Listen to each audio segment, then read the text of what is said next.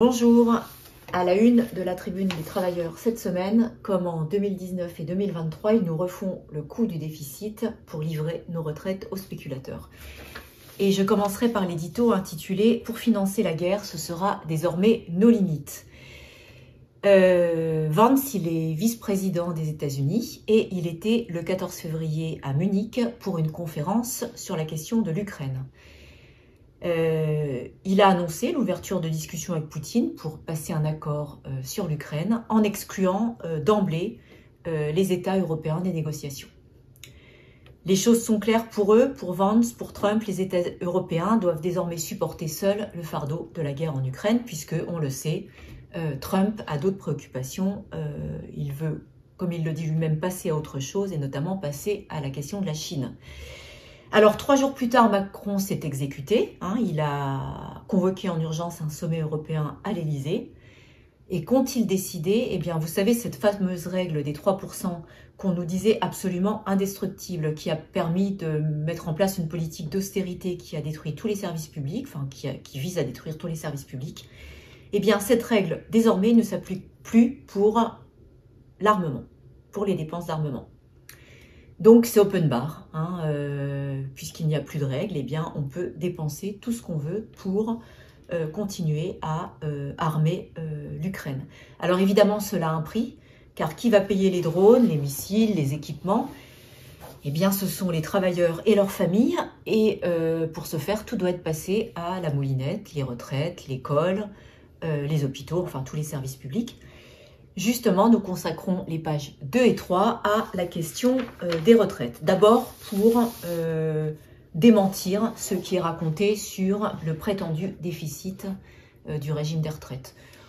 On le dit, mais il faut le répéter, il n'y a pas de déficit du régime des retraites. On sait que la principale raison du déficit, c'est parce que les gouvernements ont depuis des décennies exonéré les patrons de cotisations sociales. Et si tout cet argent était rendu aux caisses de retraite, eh bien, il n'y aurait pas de déficit, mais un excédent. Et puis, on revient sur le véritable objectif du mensonge concernant le déficit, c'est-à-dire l'instauration du système par capitalisation. Vous avez peut-être entendu l'excellente idée de Amir Reza Tofighi, qui est le patron de la Confédération des petites et moyennes entreprises, qui propose que les travailleurs consacre 3 jours fériés à travailler sans être payés et qu'il place cet argent sur un compte de capitalisation.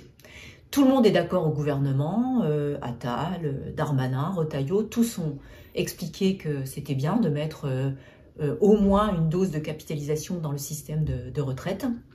Or, ces deux systèmes, répartition et capitalisation, n'ont strictement rien à voir. Il faut insister sur cette question. La répartition, c'est un système collectif qui repose sur la solidarité ouvrière, c'est-à-dire que les actifs cotisent pour les retraités et les cotisations sont reversées immédiatement et ne passent pas par la case spéculation. Or, dans le système par capitalisation, ceux qui peuvent épargner beaucoup seront bien lotis et pourront avoir une retraite décente. Les autres, tant pis pour eux. Et par ailleurs, c'est un régime qui présente des dangers graves, puisque on sait que partout, quand les fonds de pension font faillite, eh bien, les travailleurs perdent toutes les sommes qu'ils ont pu rassembler sur un compte.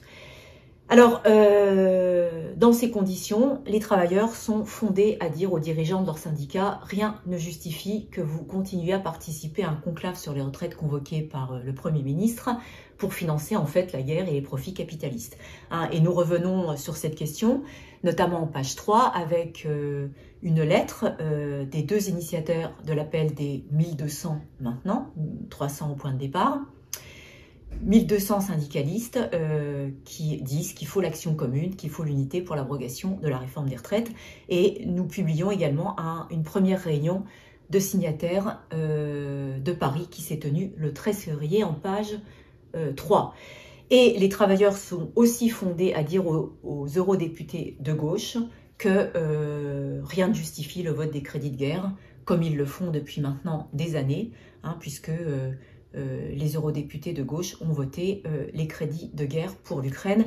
Et à ce sujet, eh bien, vous pourrez lire en page 11 un article intitulé « Ukraine, Chine, Europe, Gaza, que veut Trump et pourquoi ?» qui revient sur les objectifs de la classe capitaliste américaine qui a choisi Trump et Musk comme représentants pour balayer tout obstacle à leur domination et à leur profit. C'est contre cette politique que le Parti des travailleurs combat et c'est ce que nous dirons nombreux au meeting international contre la guerre le 21 mars prochain.